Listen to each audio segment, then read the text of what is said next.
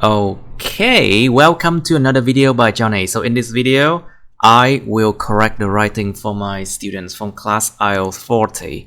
There are only two students today, but we have 3 essays to correct. So first of all, we are working on Cambridge 12, Test 8, Writing Task 1, okay? And these are the writing tests of my students that will be corrected by me right now. Okay, hôm nay mình sẽ làm cái sửa bài các bạn học sinh lớp 2 40, có 3 bài. Writing Task 1 dạng process, this is a process. And Test 8, Cam 12. The diagram below shows how geothermal energy is used to produce electricity. Cái hình bên dưới này, cái hình vẽ đồ thị bên dưới này nó show ra được là cái cách mà năng lượng nhiệt, địa nhiệt, geo là địa là đất á, thermal nhiệt, năng lượng địa nhiệt được sử dụng để mà sản sinh ra điện. Okay, so of course you have to summarize information by selecting and reporting main features and make comparisons where relevant. Đương nhiên mình phải so sánh những nào có liên quan, tóm lược thông tin bằng chuyện lựa chọn tường thuật ý chính, vân vân. Alright, so geothermal power plant. Cold water, the injection well, the production well, and condenser here into turbine and feed to the national grid. Bắt đầu bằng gì? Nước lạnh đổ xuống đất. Cold water pumped down 4.5 km and they reach the injection well, đặt đến đó xong rồi nước lạnh sẽ làm gì? And then they pass through the geothermal zone or hot rocks. Nó băng qua một cái vùng gọi là vùng địa nhiệt, đá nóng. So they reach the production well and then hot water pumped up, nước nóng sẽ được bơm lên, and then they condense, được ngưng tụ lại, and then steam will turn the turbine, the power by steam, you see, the turbine are powered, are rotated by the movement of steam. Cái hơi nước nó làm cho cái turbine nó xoay chuyển, and of course the generator is powered by turbine and produces electricity, and the electricity is fed into the national grid. Và đương nhiên sau khi mà cái turbine di chuyển thì cái generator này nó được tạo ra điện và điện là được đưa vào trong mạng lưới điện quốc gia. Alright, let's see, Mr. Phúc, how well you are writing this one. The diagram describes the operation of a geothermal power plant to generate electricity. Okay, good. Start the procedure.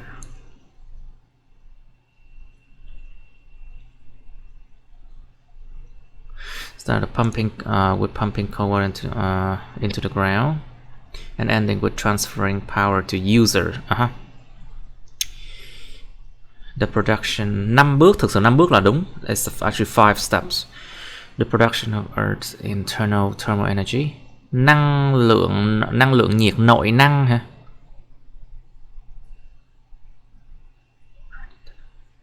Initiates by sự sản xuất của năng lượng bắt đầu bằng chuyện the production of Earth's internal thermal energy. Remember, the Earth's thermal energy are already there. You don't produce it. Nhớ là cái năng lượng của cái trái đất này á, năng lượng nhiệt này nó có sẵn trong đó nha, nhưng mình chưa có sản xuất gì đâu nha. Mình chỉ dùng nó thôi. We only use it, we don't produce it.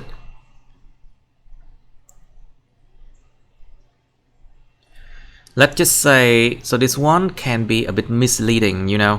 Cái này sẽ gây hiểu lầm nè. It's actually better if you say the production is initiated by, cái sự sản xuất nó được khởi đầu bởi cái gì? The production cannot start itself. It has to be initiated by human, right? Nó phải được bắt đầu chứ không thể tự bắt đầu được. However, I have to see the word count now. See, 150, it's like bare minimum, not enough.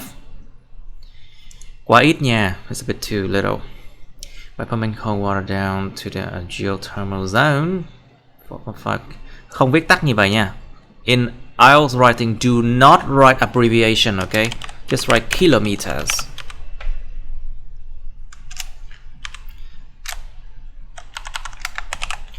Under the ground.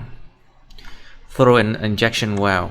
In this hot reservoir, trong cái hồ chứa nóng này, in this hot reservoir, water temperature increases quickly because of hot rock playing the role of the heat source. bởi vì cái đá nóng đóng vai trò của cái nguồn nhiệt. Ok. The heat source, the role. Ok, it's definite, nó xác định. Then high temperature water is pumped up to the surface via a production well. Cái chỗ này thà em tách ra một câu cho rồi đi. I think it's better to just split this one into a new sentence.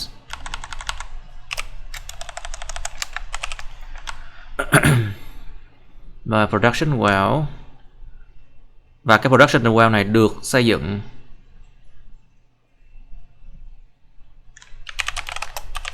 which is constructed. Này phải là mạo từ quan hệ xác định nha. Mệnh đề quan hệ xác định tại vì nó bổ nghĩa ngay cho cái từ well ngay trước nó luôn. So basically this relative clause is a definite relative clause because it gives information about a word production well right in front of it. So there should not be a comma here, không được có dấu phẩy đây nha.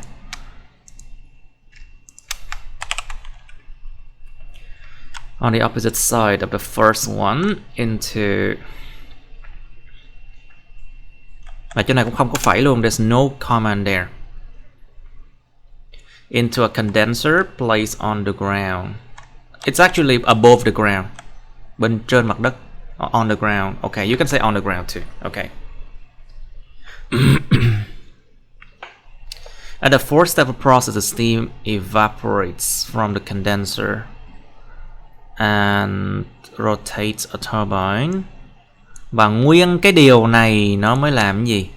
Vận hành cái generator. So the whole thing here leads to operate a generator, right? So you need to use indefinite relative clause here. Nguyên cái điều này nó vận hành cho nên là mình phải dùng cái mạo từ quan hệ không xác định, mệnh đề quan hệ không xác định ở đây là chính xác luôn á. It's actually correct. Which operate the generator to produce electricity. Which in turn, mà theo lượt đi. Tại vì cái này chuyển cái kia xong cái kia nó chuyển cái nọ. So this one rotate this one and this one rotate another one. So which in turn operate the generator to produce electricity.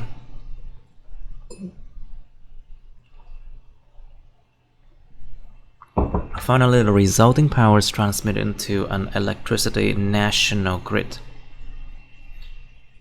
We don't say electricity national grid, we say national grid only. Into the national grid for distribution.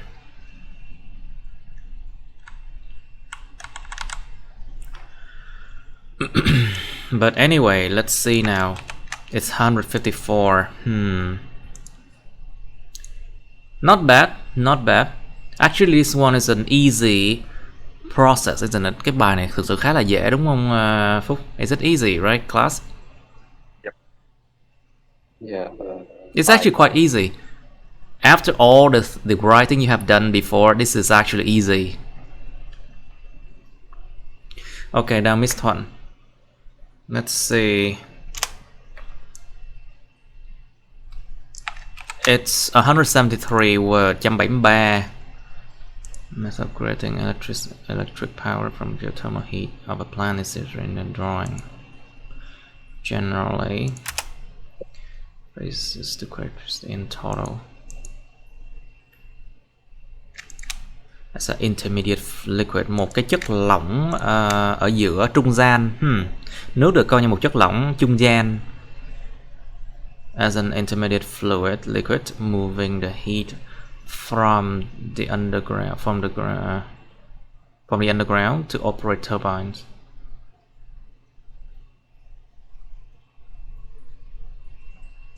We don't say moving the heat, we say transferring. I think it's better to say transferring, vận chuyển cái gì đó. Transferring the heat from the underground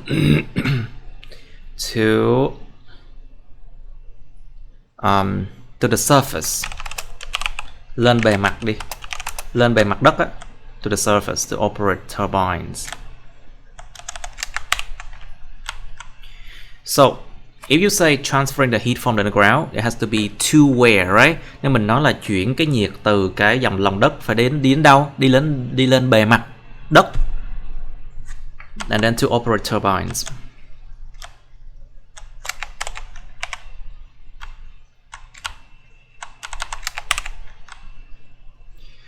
And then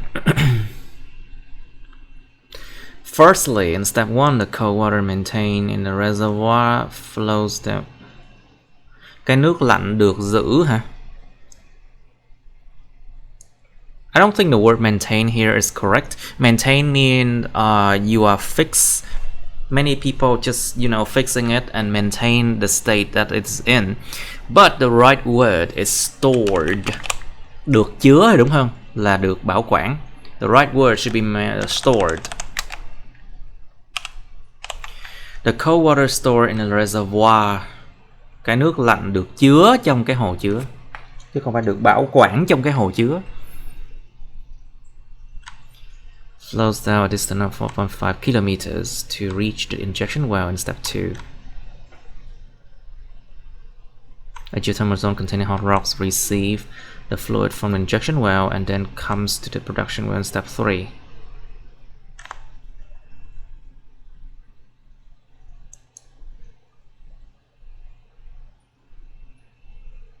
Đúng ra là cái fluids này nó chảy đến cái production well đúng không? I think it's better to say the fluid from the injection well and then it travels.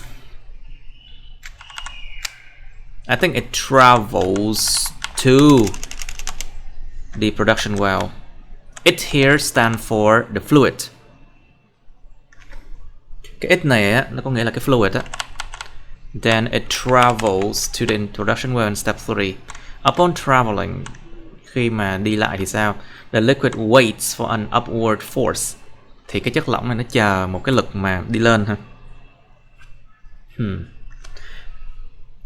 Pushing it up to condenser. Actually it's pumping. Nó được bơm lên thì đúng không? I think here it's pumped up. So basically it's being pumped. So wait for an upward force. It sounds a bit too far-fetched, Nó nghe hơi bị quá đáng. The liquid upon traveling, the liquids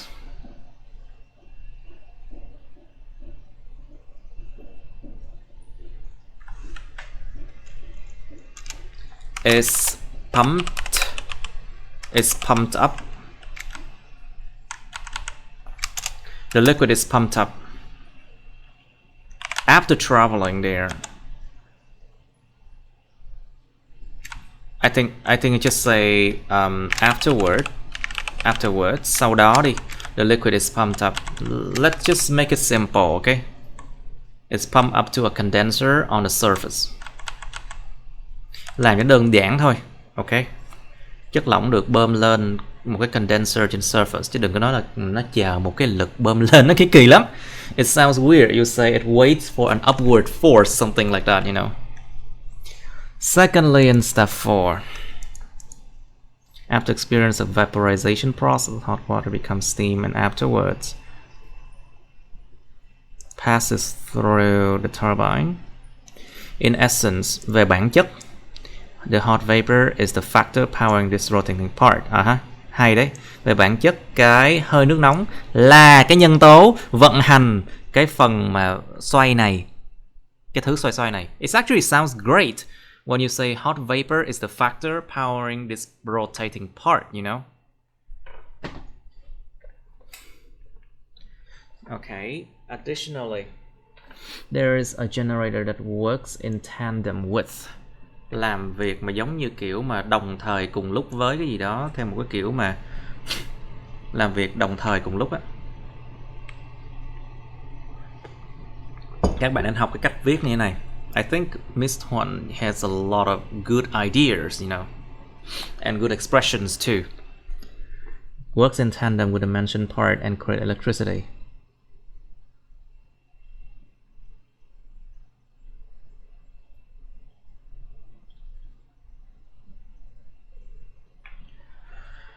Mình cứ refer nó bằng cách mà this rotating part can refer to the turbine, yes, but here if you refer to the same thing, the turbine with the mentioned part, it can be confusing.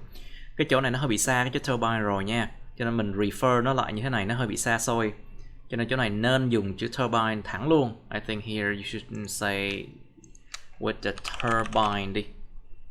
Just don't use referring to a noun too much. Don't overuse it. Okay? Don't abuse it. Đừng có lạm dụng cái cách mà nhắc đi nhắc lại một cái danh từ phía trước bằng những cách nói khác nha. Đôi khi mình cần phải rõ ràng bằng cách nói thẳng nó là cái gì. With the turbine and create electricity. Lastly, the newly generated power is distributed to the national grid. Được phân phối vào mạng lưới điện quốc gia.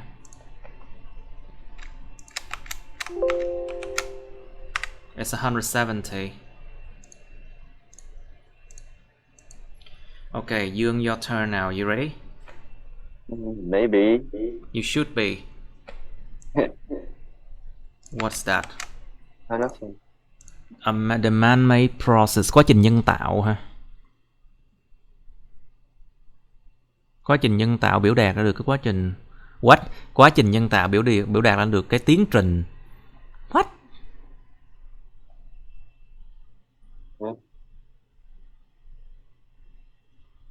Rối rắm nè, quá là complex. It's too complex.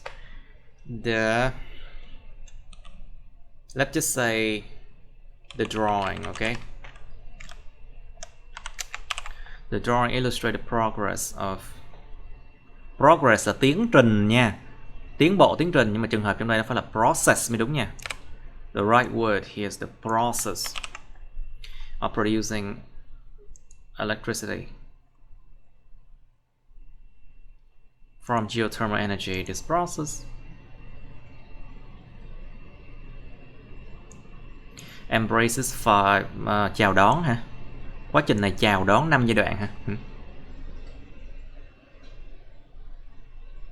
Chỉ là sâu về luôn. Nó không dùng đúng từ nha. Careful with the verb you're using. Commencing with pumping and ending with producing electricity for the national electricity network. Mạng lưới điện quốc gia, National Electricity Network. From a generator. In the first place, ngay từ lúc đầu, the cold water in the tank, the cold water in a tank, cái nước lạnh bên trong một cái thùng chứa, is pumped down an injection well through a pipeline route. Một cái hệ thống đường ống hả? Okay. Remember, do not use abbreviation, kilometer, okay? Không viết tắt nha, phải ghi thẳng ra. After that, the amount of water flows. Cái lượng nước đó chảy qua, the amount of water flows a geothermal zone horizontally, chảy theo đường dọc hả? And transform, nó được biến đổi chứ không phải là tự biến đổi được. It cannot be transformed themselves, you know. So it's transformed into hot water by reason of the thermal effect of the hot rocks within this zone. Được biến đổi thành nước nóng bởi lý do của cái tác động nhiệt của cái đá nóng bên trong cái vùng này. Hơi phức tạp nhưng mà vẫn có thể hiểu được và chấp nhận được. It's a bit complex but I can understand it and it's acceptable, I think.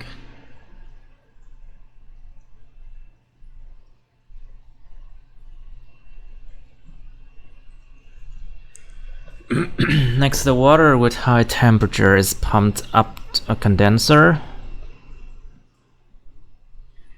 Is pumped up to a condenser.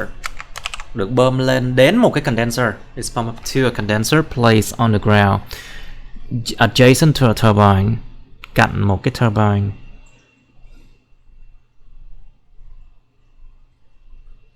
Dùng dạng chủ động thì không đúng, tại vì cái nước nó được chuyển đổi thì đúng hơn. Wait a moment. The water actually converts itself into steam, right? Yeah. Oh yeah, because it changes state by itself. Nó tự thay đổi cái trạng thái before converting to steam. Okay, so converting is good. Before converting to steam, that creates the power to make the turbine work. Nên nó tạo ra được cái sức, cái công suất. Đúng là the create the force, I think. Or you can use the word force, tạo ra cái lực để làm cho cái turbine nó vận hành. To make the turbine work.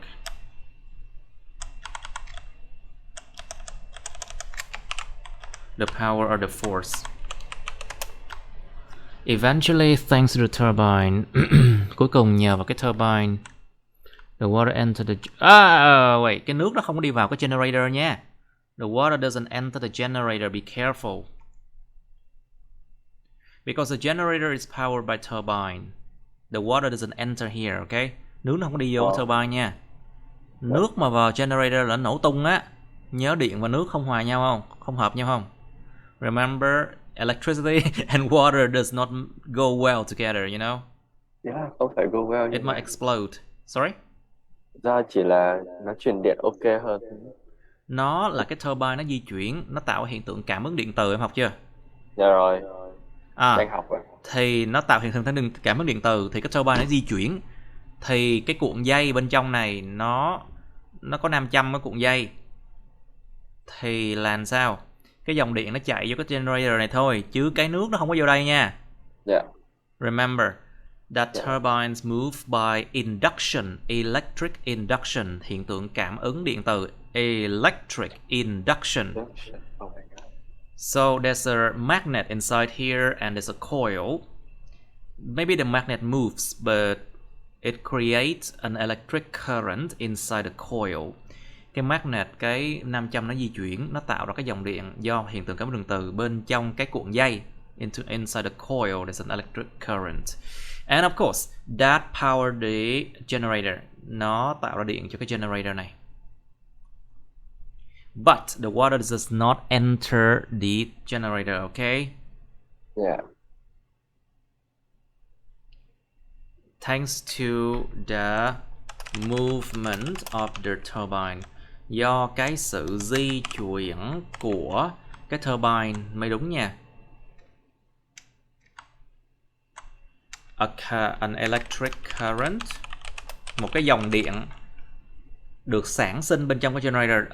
An electric current is generated in the generator. Một cái dòng điện được sản sinh bên trong cái generator. It's generated in the generator that is operational by the turbine. No.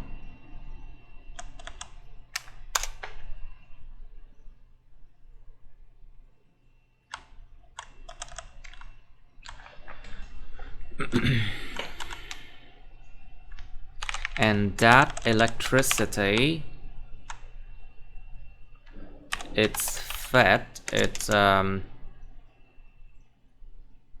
it's released into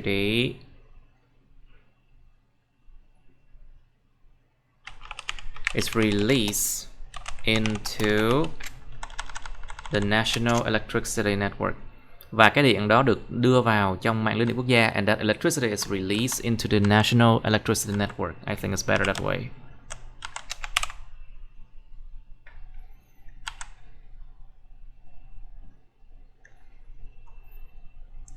Okay.